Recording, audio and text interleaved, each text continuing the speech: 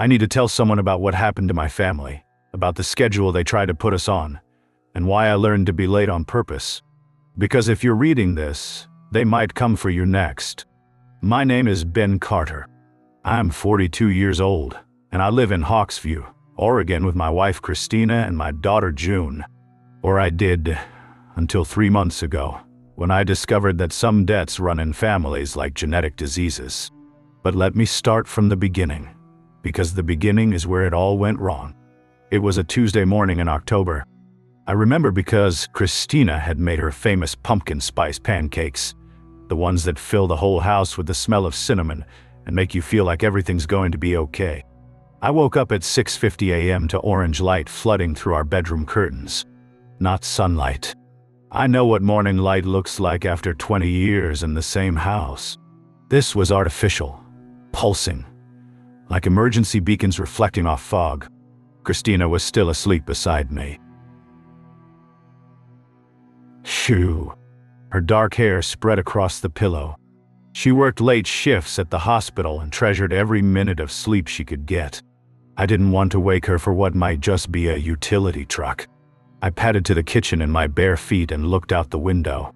A city maintenance truck was parked directly in front of our house, orange warning lights spinning slowly, turning the morning mist into something that looked almost alive. Our street is quiet, suburban, the kind of place where the most exciting thing that happens is Mrs. Henderson's cat getting stuck in a tree. We don't get city trucks before 7 a.m. We don't get city trucks at all unless someone calls for them. June was sitting on the stairs in her pajamas, putting on her sneakers. She's 16, old enough to sense when something doesn't feel right. Dad, why is there a city truck outside? It's not even 7 a.m. Probably just routine maintenance. Honey, I said, but even as the words left my mouth, I knew they weren't true. The truck looked official enough. White paint job, municipal logos, reflective strips along the sides. But when I looked closer, details seemed wrong. The logo was slightly crooked, like it had been applied by someone working from memory. The license plate looked too new, too clean. And there was a man sitting in the passenger seat who was staring directly at our house. Not glancing. Staring. Like he was waiting for something. I watched him for a few minutes, hoping he'd look away or drive off. He didn't. He just sat there with that patient, predatory stillness that makes your skin crawl. Then the passenger door opened. The man who stepped out was completely unremarkable. Average height, average build, wearing a standard safety vest and baseball cap. He had the kind of generic, friendly face you see in stock photos. Clean-shaven, pleasant smile, eyes that seem to look right through you. Too perfect, too practiced. He walked up our front steps with the confident stride of someone who belonged there. Someone who had every right to be knocking on our door at 6:53 in the morning. The knock came. 3 sharp raps, evenly spaced. Can I help you? I called through the door, not opening it. Good morning, Mr. Carter, he said. Somehow knowing my name without me having told him. You and your family are on my route today. His voice was wrong. I can't explain exactly how, but it sounded layered. Like multiple people speaking in perfect unison, creating harmonies that human vocal cords shouldn't be able to produce. What kind of route? I asked. The kind that gets everyone where they need to be on time, he replied pleasantly. We're here for the appointment you missed. June had moved closer, pressing her ear to the door. She grabbed my arm and whispered, Dad, don't open it. Something's wrong with his voice. She was right. But more than that. The words appointment you missed sent ice water through my veins, because I knew, somehow, exactly what he was talking about. There must be some mistake. I called out. We don't have any city services scheduled. The man chuckled, and the sound had that same unsettling harmony. Mr. Carter, you missed your appointment when you were 8 years old. The debt has been accumulating interest ever since. It's time to settle accounts. I was 8 when it happened. The thing I'd tried to forget for 34 years. A church van had come to pick me up for Sunday school on a Wednesday morning.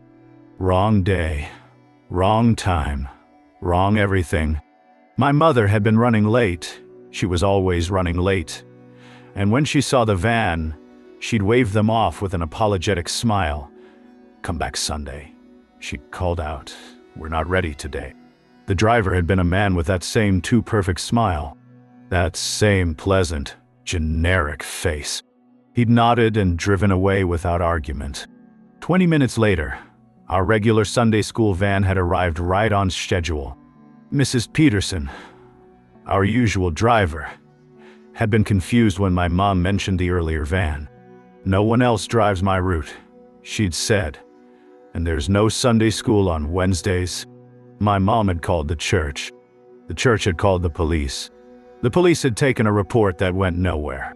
But that same week, my friend Cody had gotten on a van just like it. A van that came to his house on the wrong day, at the wrong time. Cody's parents had been running late too, and they'd been grateful that the driver was patient enough to wait. "Cody never came home. I need you to gather your family," the man continued, his voice pulling me back to the present. "We're running ahead of schedule, so we can wait a few minutes, but not long. We're not going anywhere with you."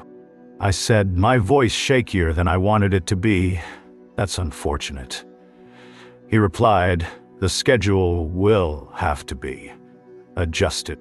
I could hear him writing something on a clipboard. The scratch of pen on paper. "Notes being taken. Alternative collection methods will be implemented," he said. More to himself than to me. "Hey, when?" Indirect approach, authorized. I dead-bolted the door and grabbed June's hand. "Get your mom. Now, we're leaving." "Dad, what's happening?" "I'll explain in the car. Go wake up your mother and tell her we need to leave, through the garage. Don't let her look out the front windows." June ran upstairs while I gathered our phones and wallets. My hands were shaking so badly I could barely hold anything. Through the kitchen window, I could see the man walking slowly around our house, taking pictures with an old-fashioned camera, making more notes on his clipboard. When Christina came downstairs, half awake and confused, I bundled both of them into the car and backed out through the garage. We took the back streets out of the neighborhood, my eyes constantly checking the rearview mirror. "Ben, what the hell is going on?" Christina demanded. There was a man outside. He knew my name. He was talking about some kind of appointment. Something from when I was a kid. What kind of appointment? I told her about the van, about Cody, about the feeling I'd carried for 34 years that I'd narrowly escaped something terrible. When I looked in the rearview mirror again, the truck was gone, like it had never been there at all. We spent the day at Christina's sister's house across town. I kept expecting my phone to ring, expecting some kind of follow-up. But there was nothing. Just an ordinary Tuesday that felt anything but ordinary. We went home that evening. The street looked normal. Our house looked normal. No sign that anything unusual had happened. I thought that was the end of it. I was wrong. For 2 weeks, everything seemed normal. I went to work at the insurance office. Christina worked her shifts at the hospital. June went to school, complained about homework, spent too much time on her phone. Normal. Safe. Ordinary. Then June started acting strange. It was subtle at first. She'd always been punctual, almost obsessively so. But suddenly she was running late for everything. School, dinner, her part-time job at the bookstore. She'd stare at clocks with this odd expression, like she was trying to solve a puzzle. "I keep forgetting what time it is," she told Christina one evening. "Like, I'll look at the clock and the numbers don't make sense." "Maybe you need glasses, honey," Christina suggested, but I knew it was something else. I could see it in June's eyes, a distance that hadn't been there before, like she was listening to something the rest of us couldn't hear. Then came the night I found her in the kitchen at 3 a.m. She was standing at the window, still in her pajamas, staring out at the empty street. When I touched her shoulder, she didn't react. "June, honey, what are you doing?" She turned to me with eyes that seemed older than 16. "They're coming back, Dad. Not for you this time. For me." Who's coming back? The schedule keepers, the ones who collect what's owed. Her voice had that same layered quality I'd heard from the man at our door. You broke the chain. Dad. Someone has to pay. Sunvi. Dad. I shook her gently, and she blinked. The strange look leaving her eyes. Dad, what am I doing down here? She didn't remember the conversation. She didn't remember staring out the window. She went back to bed like nothing had happened. But I stayed awake until dawn, watching the street, waiting for orange lights that never came. The calls started the next week. June would be at school or work, and I'd get a call from someone claiming to be her. Same voice, same speech patterns, but saying things June would never say. Dad, I need you to come pick me up. Where are you, honey? I'm at the place where schedules are made, the place where debts are collected. You should come here. Dad, you should see what happens to families who don't pay. I'd hang up and immediately call June's real phone. She'd answer, confused, telling me she was exactly where she was supposed to be. She'd never made any calls, but the fake calls kept coming. Sometimes several times a day. Dad, they showed me the ledger. Your name is in it. Our whole family is in it, going back generations. Dad, Grandpa knew. He paid you when his time came. But you didn't. You ran. So now they're collecting with interest. Dad, do you want to know what happened to Cody? Do you want to know where the van really took him? I stopped answering unknown numbers, but they started calling from numbers I recognized. Christina's cell phone, June's school, my office. Always the same voice. Always that horrible knowledge that June wasn't the one speaking. The breaking point came on a Thursday night in November. I was working late, trying to catch up on paperwork. The office was empty except for me and the night security guard. Around 10 p.m., my desk phone rang. Carter Insurance. This is Ben. Hi, Dad. June's voice, but wrong. Cold. I need you to come get me. June, where are you? You're supposed to be at home doing homework. I'm at the collection point, the place where routes end. They want to show you something. Stop calling me. You're not June. I am June, Dad, or I will be. Very soon. They're teaching me what I need to know about the family business, about the debts we owe. I hung up and immediately called home. Christina answered, Is June there? She's upstairs doing homework. Why? Can you check?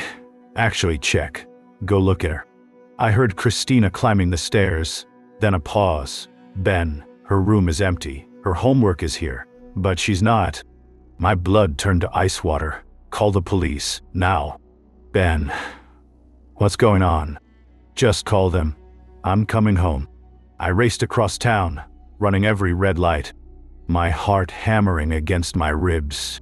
Police cars were already in our driveway when I arrived.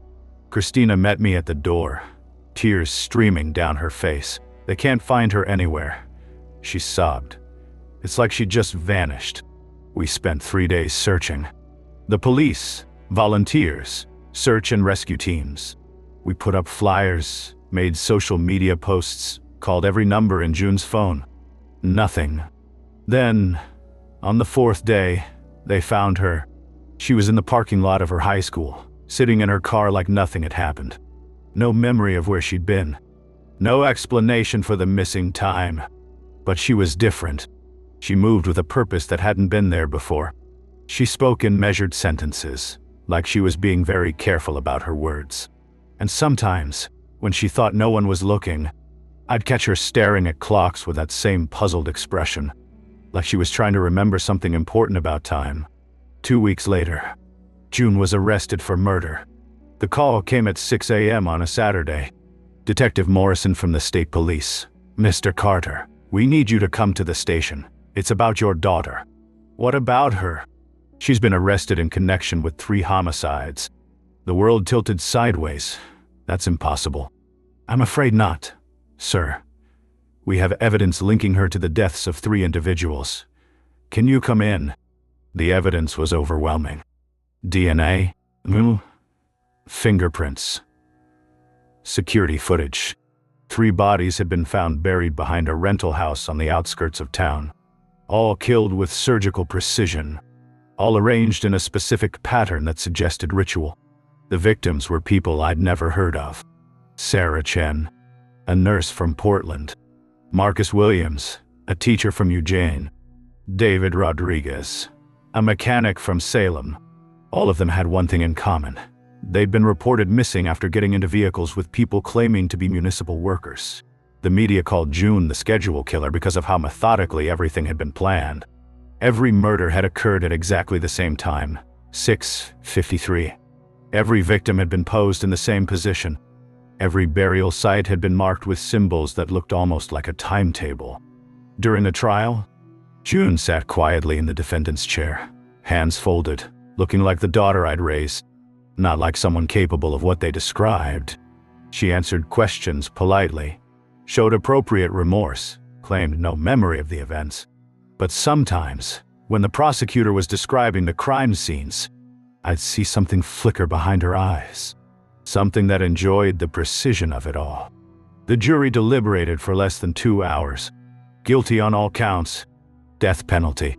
After the sentencing, I was allowed one private visit with June before she was transferred to death row. The visiting room at the county jail was a sterile box with fluorescent lights that hummed like angry insects. June was brought in wearing an orange jumpsuit and shackles, but she moved with that same unsettling purpose she'd developed after her disappearance. Why, June? I asked when we were alone. Why did you do it? She looked at me with eyes that seemed far older than 18. Because you didn't, Dad, because when they came for you, you ran, so they collected from me instead. I don't understand. The debt. Dad. It runs in our family. Grandfather knew. Great-grandfather knew. They all paid when their time came. But you missed your appointment. What are you talking about? June's expression changed. Her features remained the same, but something else looked out through her eyes. Something ancient and patient and completely inhuman. When she spoke again, her voice had that layered quality I'd heard before. Multiple voices speaking in perfect harmony. The Carter family has served as collectors for 7 generations. The thing wearing my daughter's face said, "Your ancestors understood their obligations. They maintained the schedule. They kept the balance between worlds." The guards standing by the door didn't react. They stared straight ahead like statues, unaware that anything unusual was happening. But you broke the chain. It continued. When your appointment came, you hid behind your mother's skirts. You disrupted the schedule. What are you? We are the keepers of cosmic balance. We maintain the flow between dimensions. Human consciousness provides the energy we need to keep reality stable. But it must be harvested according to specific rules, at specific times, in specific ways. The thing smiled with June's mouth, and it was the most terrifying thing I'd ever seen. Your family was chosen long ago to help with the collection process. In exchange for this service, you were protected. Your bloodline was kept safe, but protection requires payment. What kind of payment? One volunteer from each generation, offered willingly at the appointed time. Your grandfather served for 40 years before his time came. Your great-grandfather served for 37 years. Each of them understood the honor of being chosen. And if I'd gotten in that van when I was 8, you would have been trained, taught the proper procedures, given the tools necessary to maintain the schedule. And when your service was complete, you would have been granted a peaceful transition to the next realm. I stared at the thing wearing my daughter's face. Instead, June had to pay for my cowardice. Debts must be balanced. It said simply, when you failed to report for duty, the deficit had to be covered. Your daughter was recruited to fulfill the family obligation. She killed innocent people. She collected souls that were already marked for harvesting. The schedule must be maintained, Mr. Carter, with or without your cooperation. The guards suddenly stirred, blinking like they were waking up from a trance. June's face returned to normal, the ancient presence retreating behind her eyes. "Dad," she said in her normal voice, What were we talking about? I left the jail that day knowing I had a choice to make. Let my daughter die for my failures, or find a way to make things right. That night, I went up to the attic and found my father's old journals. I'd been through Dad's things after he died 5 years ago, but I'd missed the hidden compartment behind the wall. Inside were leather-bound books, going back generations. Careful documentation of family members who had served as collectors. The handwriting changed from book to book, but the content was always the same. Names, dates, locations, methods of collection, techniques for identifying targets, and detailed records of the quotas that had to be met. My great-great-grandfather had started as a collector in 1892, and, he'd posed as a railroad conductor, collecting passengers who were scheduled for departure. My great-grandfather had worked during the influenza pandemic, posing as a doctor making house calls. My grandfather had been active during World War II, collecting soldiers who were supposed to die in specific battles. Each generation had adapted to the technology and social structures of their time. But the core mission remained the same: maintain the schedule, collect the marked souls, preserve the balance between dimensions. At the back of the most recent journal, I found an incantation written in symbols that hurt to look at directly, but somehow I could read them. The knowledge was inherited, passed down through bloodlines like eye color or the tendency toward bad knees. I spoke the words aloud. The temperature in the attic dropped 20 degrees in seconds. The air became thick, viscose, like breathing through honey, and I felt something vast and ancient turn its attention toward me. Wide, the walls began to bleed symbols. Not paint or ink, but actual light that seemed to come from within the wood itself. The symbols moved, rearranging themselves into new patterns, new messages. Then I heard the voice, not through my ears, but directly into my mind. It felt like having my skull opened and thoughts poured in from the outside. Benjamin Carter, you have finally called upon us. I want to make a deal, I said to the empty attic. Deals are for equals. You are a debtor in default. However, we are prepared to discuss alternative payment arrangements. I'll take June's place. I'll do whatever my family was supposed to do. Your daughter has already been processed. She is one of us now. Her soul belongs to the schedule. Then let me work for you. Let me be a collector like my ancestors were. There was a pause that seemed to last hours. Then, the position remains vacant. Your training would be intensive, and your quotas would be higher than normal, to account for the accumulated debt. What does that mean? Typically, a collector harvests 12 souls per year. You would be required to harvest 24, and you would be given no choice in the targets. You would collect whoever the schedule demands, whenever the schedule demands it. I thought about June sitting on death row, about Christina crying herself to sleep every night, about the weight of knowing that my cowardice had destroyed my family. I accept. The symbols on the walls flared brighter, and I felt something fundamental change in my chest. Like a hook being set deep in my heart. Report for duty tomorrow at 6:53 a.m. You will receive your first assignment then. The presence withdrew, leaving me alone in the now normal attic. But I could feel the hook in my chest, pulling me towards something I couldn't see. The next morning, the orange lights came back. I was ready this time. I'd told Christina I was starting a new job with the city, special projects that required early hours and confidentiality. She'd been too exhausted by grief to ask many questions. The same man stood on my doorstep, but now he looked familiar. Like meeting a coworker for the first time. Mr. Carter, he said with that practiced smile. Ready to discuss terms. I'm ready to work. He handed me a clipboard with a contract written in those same painful symbols. But now I could read every word, understand every clause. You become a collector, he explained. You help us maintain the schedule. You ensure that the right people are in the right places at the right times to fulfill their obligations to the cosmic balance. And if I refuse, then we continue collecting from your bloodline until the debt is settled. Your wife, your daughter, your future grandchildren, however long it takes. I signed the contract with a pen that felt warm in my hand. When I finished, the ink seemed to sink into the paper and disappear. "Welcome to the route, Mr. Carter," the man said. "Your first assignment begins now." He handed me a uniform. City worker's clothes, safety vest, clipboard, and an ID badge that listed me as a municipal service coordinator. Everything looked completely official. "What's my assignment?" "Mrs. Eleanor Vasquez, 1247 Pine Street. She's 73 years old, lives alone, and is scheduled for collection today at 2:15 p.m. You'll pose as a city inspector checking on a gas leak. She'll invite you in because she trusts authority figures. Once inside, you'll administer this." He handed me a small vial filled with clear liquid. "What is it?" "A mild sedative.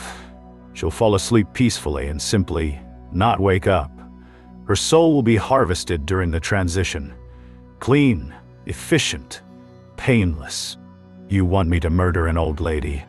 "You want to save your daughter," he replied. "Mrs. Vasquez is 73 years old with stage 4 pancreatic cancer. She has perhaps 6 weeks left to live, all of them in considerable pain. You're providing a mercy." "How do you know about her cancer?" "We know everything about everyone on the schedule, Mr. Carter. We know their medical histories, their family situations, their deepest fears and greatest hopes. We select only those whose harvesting serves the greater balance." I stared at the vial. Such a small thing to carry such enormous weight. "What happens if I refuse?" "Then Mrs. Vasquez will die slowly and painfully over the next 6 weeks, and June will die in the electric chair next month. Your choice." That was 3 months ago. Since then, I have learned how the system really works. There are people like me all over the world. Collectors who identify targets and ensure they're in the right place at the right time to be harvested. We use official-looking vehicles, fake municipal services, false emergencies, anything that makes people trust us long enough to get them where they need to go. The entities we serve provide us with perfect documentation, flawless identification, and technology that makes us invisible to security cameras and official records. I've posed as a city worker, a school bus driver, a ride-share operator, a utility inspector, a census taker. I've collected children, adults, entire families, always people who are already marked for death.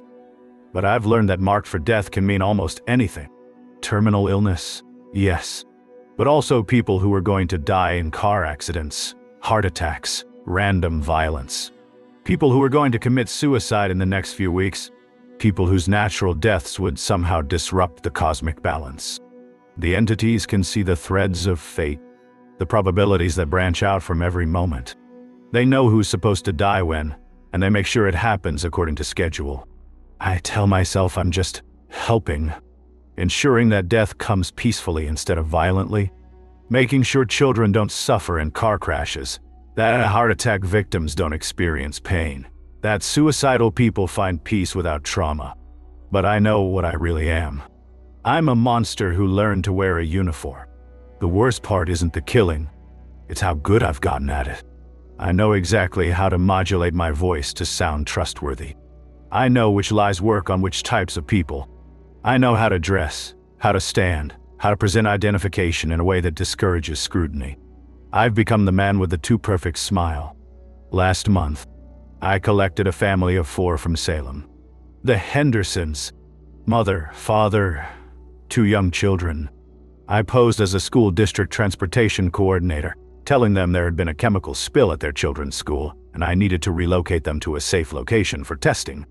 They trusted me completely, got into my van without question, buckled their children into the safety seats I'd installed, made small talk during the drive to the collection point. The parents died holding hands. The children fell asleep first, peacefully, like they were just taking naps. According to the files, the Hendersons were scheduled to die in a house fire the following week, an electrical fault that would have trapped them on the 2nd floor. They would have burned alive, screaming, while neighbors watched helplessly. Instead, they died painlessly, thinking they were helping their children. I tell myself it's mercy, But mercy doesn't require deception. The hardest assignment came 2 weeks ago. I was given the file for David Chen, age 8, from Hawks View Elementary. Same school June had attended. Same age I'd been when I missed my appointment. According to the schedule, David was supposed to die in a playground accident the next day. He'd fall from the monkey bars and break his neck. But there was a probability that other children would try to help him, creating a cascade effect that would disrupt multiple future timelines. Much cleaner to collect him quietly. I stood outside his school for 2 hours, watching him play during recess. He looked exactly like June had at that age. Serious, careful, kind to the younger children. I had the van. I had the uniform. I had the story about needing to take him for emergency medical testing because of a potential exposure at school. But I couldn't do it. Instead, I called in sick. Let someone else handle the assignment. Told myself I was having a weak moment. The next day, David Chen fell from the monkey bars and broke his neck, exactly as scheduled. But 3 other children were traumatized watching it happen. One of them, a girl named Sarah, developed such severe PTSD that she'll struggle with mental health issues for the rest of her life. Because I couldn't do my job, a child will suffer for decades. That's when I understood the real horror of what I'd become. Not just a killer, but someone whose failures to kill create additional suffering. The entities don't punish me for missing assignments. They don't need to. The weight of knowing what happens when I fail is punishment enough. Every morning at 6:53 a.m., I receive my assignments. Names, addresses, methods, schedules. People who trust authority figures. People who help strangers. People who follow rules and believe in the basic goodness of humanity. People like I used to be. Today's assignment is waiting on my kitchen table. Timothy Morrison, age 45, 892 Oak Street. Divorced father of 2, works as an accountant, volunteers at the animal shelter on weekends. According to the file, Timothy is scheduled to have a heart attack next Friday while jogging, but he'll survive the initial attack and spend 3 weeks in intensive care before dying from complications. His medical bills will bankrupt his ex-wife and leave his children with crushing debt. Much kinder to ensure he dies peacefully at home today. I'll pose as a city health inspector checking on a reported gas leak. Timothy will let me into his house because he's a good citizen who cooperates with authority. He'll offer me coffee while I check the readings in his basement. He'll never feel the needle. His children will inherit his life insurance instead of his medical debt. His ex-wife will remember him as a man who died suddenly but peacefully, instead of watching him suffer for weeks. It's mercy. It's kindness. It's the best possible outcome for everyone involved. That's what I tell myself. But the real reason I do it is sitting on death row in Salem, waiting for an execution that will never come. Because as long as I meet my quotas, as long as I maintain the schedule, June is protected. She doesn't remember being a killer. They've made sure of that. She thinks she's been wrongly convicted, that she'll eventually be exonerated when the real killer is found. I visit her every month. She's hopeful, optimistic, planning for the future she'll have when she gets out. No, she's studying for her GED, reading philosophy books, writing letters to innocence projects. She has no idea that her freedom costs 24 souls per year. And I'll keep paying that price for as long as they'll let me. The orange lights are outside my window again. It's 6:53 a.m. Time for today's assignment. In a few hours, I'll knock on Timothy Morrison's door with a clipboard and a smile. I'll show him identification that will pass any scrutiny. I'll speak in the calm, authoritative voice of someone who belongs. And Timothy will die because he trusted the wrong person at the wrong time. I don't know who they want me to collect after Timothy. I don't know what lies I'll have to tell, what uniforms I'll have to wear, what documents I'll have to forge. I only know that somewhere out there, families are living their normal lives, completely unaware that they're on a schedule they never agreed to follow. The route continues, and I'm driving it. If you're reading this, it means something has happened to me. Maybe I finally refused an assignment and they sent someone else to collect me. Somebody. Maybe I tried to warn the wrong person, and they decided I was more trouble than I was worth. Or maybe Timothy Morrison was smarter than his file suggested, and everything went wrong. Whatever happened, I want you to know, if a city worker ever shows up at your door unexpectedly, if someone in an official uniform asks you to come with them for any reason, if anyone with a clipboard and a perfect smile tells you they're there to help, don't trust them. Check their credentials. Call their supervisors. Make them wait while you verify their story. Be late. Be suspicious. Be rude if you have to. Because the schedule only works if people follow it willingly. And some debts are too high for any family to pay.